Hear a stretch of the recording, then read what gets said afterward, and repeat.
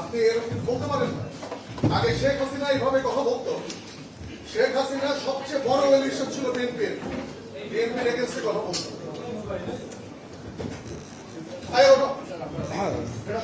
চাঁদাবাজদের বিরুদ্ধে সবসময় আমাদের কথা বলতে হবে। যারা চাঁদাবাজ, যারা মামলাবাজ, আমাকে একটু কথা বলতে বিশেষ করে এটা তো শালীনতা হইল না। আমরা তো আপনাদের কাছ থেকে শালীনতা, আমি তো শিষ্টাচার প্রত্যাশা করি। একজন কথা বললে একজন কথা বললে মিনিমাম যদি আপনার একজন কথা বললে আরেকজন কথা বলতে হয় না। এই ভদ্রতাটা আপনারা এই ভদ্রতাটা এখানে আমরা জানতাম না।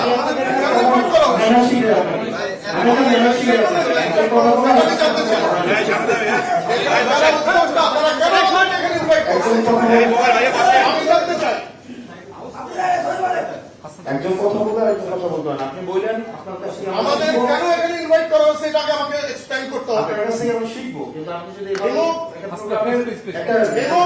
না আপনি এইভাবে কথা বলতে পারেন, আপনি এইভাবে কথা বলতে পারেন। আমাকে বলতে হবে, আমাকে বলতে হবে কেন এখানে আমাকে ইনভাইট করা হচ্ছে।